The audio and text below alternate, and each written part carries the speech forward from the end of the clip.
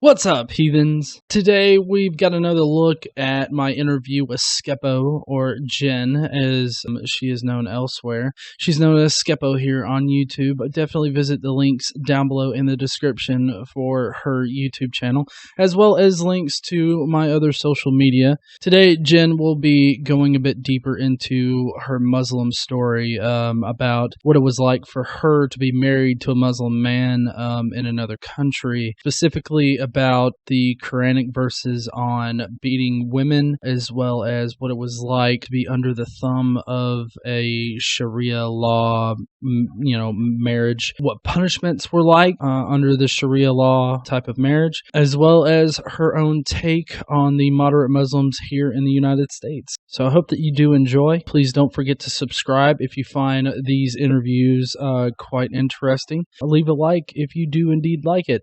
I'll see y'all later.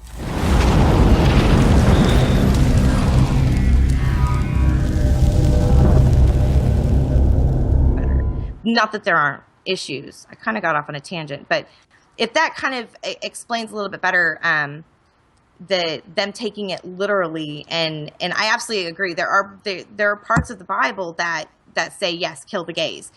But I guess have you read the Quran? Have you picked it up and read through it at all? Well, I haven't read it cover to cover. I haven't read major sections of it. But, I've actually run into this curious thing now where I'm doing my research, but I think he's a YouTuber that both of us watch, Kareem Metwali. Yeah. Yeah. It really kind of made me stumble to hear him say, if you read a translation of it, then it's not, it's inherently not a good translation because it's not in the original. And I'm just sitting there well, why in the world do these translations exist? It just seems to me like it's a useless language if you can't convey a message. If you can't, because he's full of shit. It's not true. If you take actually, I should do a video about this. If you take the same surah because you have translations and transliterations of the Quran, right? So you have somebody's opinion. They're telling you what the translation, but then they're adding their own opinion. So a good example is, say you have a surah that talks about the difference between what a hijab means. So in one, it says to rip the bottom layer of your skirts and draw it up over your bosom. In another translation, it says rip the bottom of your skirts and draw them up over your head. And then another translation says same thing, but draw it up over your face. So, but the direct translation in Arabic is rip the bottom layer of your skirts and draw it up over your bosom. So but it's very little difference. And it makes a difference when it comes, like Kareem was talking about the passage where it talks about it's okay to beat your wife. So in one it says you can tap her lightly with miswak. Another one says you can hit her, and another one, you know what I mean? But it's one word, and it's all bullshit because they all say the same thing. It's a matter of the word beat is still there, and the word make or be your wife is to be obedient to you is still there. So whether it says you can hit her with a stick or not, it's still there. Do you see what I'm saying? So they use these little the translation's different. You don't understand. You have to read it in Arabic. You really have to know. I get that all the time. I read Arabic. I've read it in Arabic. It's the exact same thing. So they can't talk, obfuscate. Yeah. On purpose. So well, go ahead. No, you go. Okay. Well, actually, today I was on a call with 1877Y Islam, and I was asking questions of them, which it actually took me. I had to go through one guy because he got fed up with me asking questions, and I got Nice. I got a woman. And it just so happened that the next question I was on was about, the wife beating in the Quran. And she went through a good 10 to 15 minute like explanation of that entire, like, I think it was Quran 434 or Yeah, something like that. 434. Yeah. And she like goes through like a 10 to 15 minute thing, and then gets to the part where it says to beat your wife, and she goes, "Yeah, it says to hit them, but it means to tap them lightly." And Right. I imagine like somebody taking their finger and like flicking the woman's nose, like, no, no. Um, but then, she's like, well, that translation is bad, and I brought up the point about, the language being useless if that's the case. Like the way that they argue it makes it seem like the language is useless. And then what I did was, as I was talking to her, I actually went to Quran.com and looked it up, and it says strike her. Like in the translation that I had, it said scourge, which means the same thing as strike her. I mean, it all means to hit a woman. I mean, sure, there's a process, but I Right. mean, even with me, I live in northern Alabama. Trust me, there's a process for beating your wife down here, and I would say that it's about the same thing as what's in the Quran, give or take a couple steps. I think they actually jump a couple steps down here in Well, yeah, Alabama. because But in the Quran you can beat her for even thinking she might disobey. In Hadith as well, like they say, if you even suspect that she's going to be disobedient, go ahead, just err on the side of caution and beat her. I can. Sorry, I know I shouldn't be laughing at this, but I just imagine somebody waking up in the morning, seeing their wife, and just smacking her across the face, like, "I know what you're planning on doing." Right? I mean, So because it's crazy. well, I mean, I laugh at that because it's just so ridiculous. Like, I'm not It trying to is. laugh at domestic abuse or anything like that. But I mean, it just seems so ridiculous. Like for somebody to think that, to actually Mm. think, well, I'm gonna slap you because I think you're gonna do something wrong. I saw that twitch in your eye and I didn't like it, so I knocked it the fuck out. So like I was sent away twice by my ex-husband because I was disobedient. He sent me to Saudi once to stay with my ex-sister-in-law, and he sent me to France once to learn how to be a better wife. So I had to go hang out with some Algerian Muslims. So Um, what caused both of those times? Once a security guard at the grocery store spoke to me too long. He flirted. When I would go by myself shopping, he controlled the money. I worked, but he would only put in the amount that I needed at the store that I was at, so I couldn't leave. He kept me as a prisoner, basically. And he went shopping with me once, and he noticed the security guard was talking to me too long, a little bit too long, and it upset him. And then he talked to someone else that worked there, and he said that I had stood outside too long on too many occasions talking to the security guard. So I needed to be sent away. And the second time was the same kind of transgression. I had a phone call he didn't like. He bugged our telephone, and he'd listen to my phone calls. And if I spoke about something he didn't like, Wow. I would get punished. Yeah, and he was within the law. He was within his rights to do that. He bugged your phone? Yeah, yeah. And Wow. cameras in front and back of our house so that nobody could come and go without him knowing about it. But again, by law, he was allowed to do that. Wow. That seems really radical to me. I mean, normally, like here in America, if it's like, yeah, he's got our phones bugged and cameras on the entrance and exits of our houses because he doesn't want anybody coming and going, it's like, that might be a sign of a bad relationship. Just a little bit, right? And like my paycheck went into his account. We had separate accounts. Muslims, it's another thing. They're very big on, they claim independence for women because the woman's money is hers and the man's money has to support the family. This is where the MRAs come in to effect and be like, see, it's not fair for men. But you're controlled. So if your husband says, give me your money, you're going to do it. And it doesn't matter Islamically whether I had the law on my side or not. And so I would call him on the phone and be like, well, I'm at, say, the clothing shop and I need 50 pounds or whatever. And he would transfer only that 50 pounds into the account so I could pay for that. And that was it. I had no access to money aside from that at all. but I allowed him to do that. I mean, it was my paycheck. I could have said, no, put it into this account. So, you know, you when you're brainwashed and it's like you have no control, and that's the whole, you're told in Islam that your husband, just like in the Mormon church, the man is the head of the household. He makes the decisions.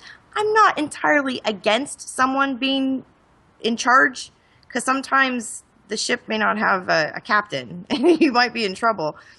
But I'd probably say that as well, having grown up in a very patriarchal religion where I didn't have the same rights even in the Mormon church as I did, as my father and my husband and brother say.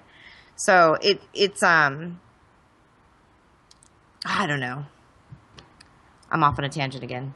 No, that's fine.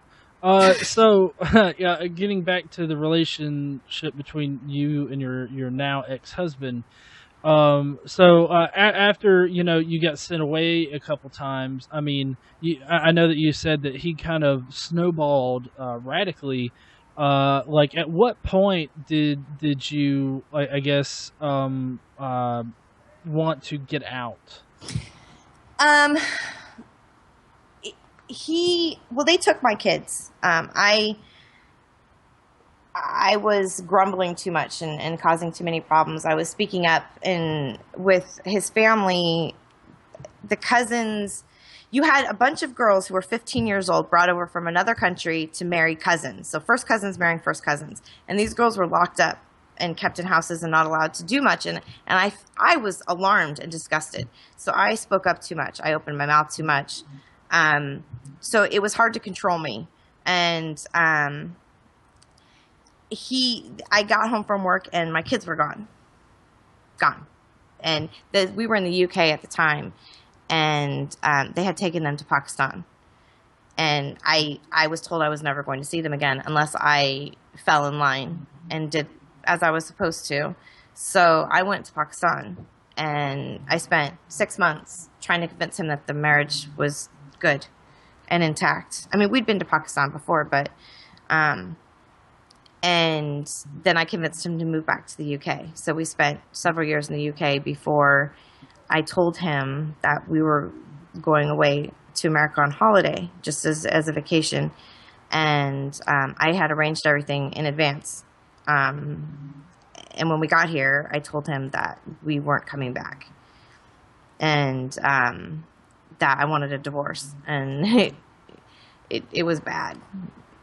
Just the abuse, the real abuse started after that. I mean, he was so far away, he couldn't really do a whole lot, but he had family here. And even to this day, I suffer from them. Wow. So, but he doesn't have anything to do with the kids now. I mean, this is a long time ago. So he fought me for a long time. But the thing that it wasn't them even just taking my kids. I mean, that was the thing, obviously, that kept me in for so long was my babies. And my mom left, I had mentioned before, when I was 8. My dad was abusive and threatened to kill her. And he told her that if she tried to take us, he would find us and murder her and take us, or he would take us and she would never see us again. So she left without us and left us in a very, very abusive, bad situation. So I wasn't going to do that to my kids. I almost did. I was convinced that I was an unfit mother, and, you know, because he would, being physically abusive is one thing, but emotionally drilling in your head how you're a piece of shit all the time, and you're dirty and disgusting, and you're mentally ill, and it's just like a constant thing, so you start to believe it. Not that I'm perfect, because I can act crazy sometimes, but I was terrified that I wasn't going to be able to take care of them.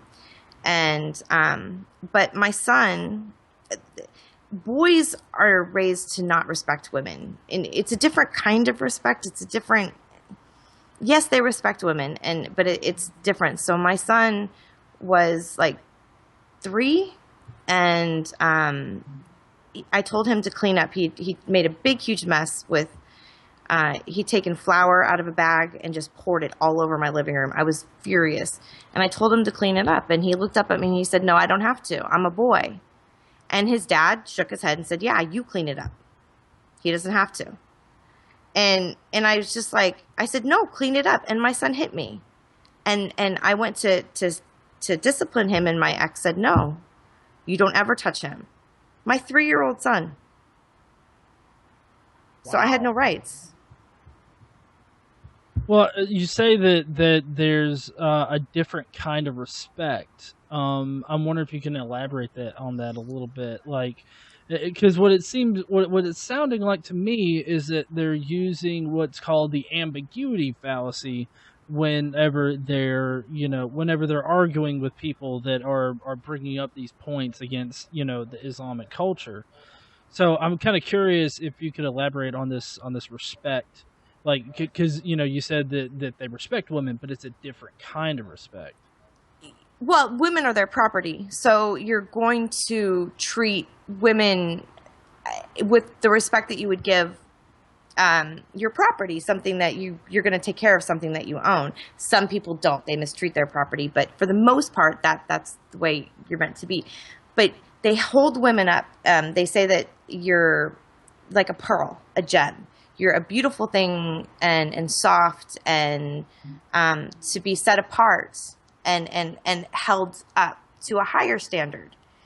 So when you disobey, it's bad because you're held up to a higher standard, because you're almost like angelic. You're a woman. So all the feminine qualities that makes you so wonderful and beautiful and amazing and soft and makes you also very weak. So you need protection by these men who also know what's best for you, because you're just a woman. And in Islam, a woman's brain is not the same as a man's. Like your testimony is worth half. You can't inherit the same as a man. Your IQ is lower than a man. Like everything about you is lesser, slightly, not completely, but just slightly. So it's his duty, and he's such a wonderful man by taking such great care of this creature that's defenseless, but soft, but also a life giver. So that enables them to set a woman up and also abuse her, because he knows best. Does that make sense? Right. Yeah. So that's how they explain it. How a woman is this thing, but also needs to be controlled. Well, this is radical. I'd have to say this is radically different from what I saw in Kareem's video, because he was like women can slap us and make us twerk and all this other stuff, and I'm just sitting there like, no, I don't know about that. Kareem is an SJW Muslim. I mean, he's the equivalent of an SJW. He also that line that Islam invented feminism, which is insane. So they spout off stuff like that. His idea of Islam, and I made a video response to him, and he responded to me saying that he watched it, but he wasn't going to respond because I spoke truth. As an ex-Muslim, I spoke truth in it, and people said I went too easy on him, but it's because he's never experienced Islam under an Islamic regime. He's only lived in the West. He's only experienced this Islam. It's different. Like I said, the Muslims in Europe are very different. So, and I called him out on that. He says that his version of Islam is great, but even with his version of Islam, I said to him, what do you think should happen to apostates like me? What do you think should happen to gay people? Because even Muslims like him will say that apostates like me should be killed, or if Allah wills it. See, that's the caveat. If Allah wills it. If it happens to happen, it's not the worst thing in the world, because Allah willed it. Not that I would do it myself. He's not saying I want to kill you, but that's what needs to happen if Allah wills it. So he won't answer the questions because every Muslim has the same answer. But you have to point that out, because even their version of moderate Islam, like Kareem, or Adam Saleh, or Fusi, Yusuf, they're even for their moderate version of Islam, women don't have rights. Muslims lie. That's the other thing. It doesn't matter who what, how. Every Muslim will lie to you. They will say, this is what Islam is. This is like Kareem's videos. And that's why he didn't like it, because I called him out on the lies and the misrepresenting what Islam is. Because you're taught and told, if you bring people to Islam based on a lie, once you've become a Muslim, you can't leave. So you're doing the person a favor. You know better. You know what's best for their soul. They're kafirs who, shaitans in them. So, or they don't understand. For their own good, you have to bring them to Islam. By any means, whether it's politically, through violence, or through lying. So when you have people like Kareem say, this is what Islam is, I give them a pass because they've been in the West and they haven't lived under Sharia law. Like, I lived under Sharia law, and I also lived as a Muslim in Europe and in other Islamic countries that we weren't under Sharia law, but the law pretty much is guided by Islam. So you have different degrees of Sharia, and he has his rose-colored glasses on, and he sees Islam differently, but he's also being disingenuous because he knows the other side of Islam, and he's choosing to not convey that for the, you know what I mean? So he's two-faced, and he knows he's being two-faced. So they all do it. And what I'm trying to say is, when a Muslim looks at you or in a video or anything and talks to you about what Islam is, like that whole thing about the Qur'an being different translations. Well, it's the wrong translation. It's the Arabic's off, or, they're lying. They know exactly what it means. They know exactly what they're allowed to do, but they will not tell you that because you can't handle it. Does that make sense? And 100% of the time, a Muslim will lie to you. Absolutely. Watch it. It's like my ex-mother-in-law, a psychiatrist working in a hospital with Westerners, right? Her secretary, who she had been close to for 30 years, she would have her over for tea, and they would talk about Islam, they would talk about world events and all these great things. The second that woman walked out the door, she was talking shit. The second, and to her face, I watched her tell that woman the same thing. We were talking about Surah An-Nisa, about being able to beat women, and to her face, she said, nowhere in the Quran does it say that. It doesn't say, not even that you could push them or anything. And I'm like, yes, it does, because I was learning about Islam at the same time. And she looks at me and she says, no, it doesn't. And after the woman leaves, she says to me, you don't ever tell the kafir that. What are you doing? Okay. It's like they do it. I'm not, a lot of people say not all. All. Every single last one. If they are a believing Muslim, they will lie to you. Okay. So, and every ex-Muslim will say that. Yeah. Well, okay. So, I mean, that's very curious to me, because, I mean, what it seems like is that there's some kind of concerted effort, in the Muslim community, either in America or, abroad, that is hell bent on stifling that part of Islam and putting on this face of Islam that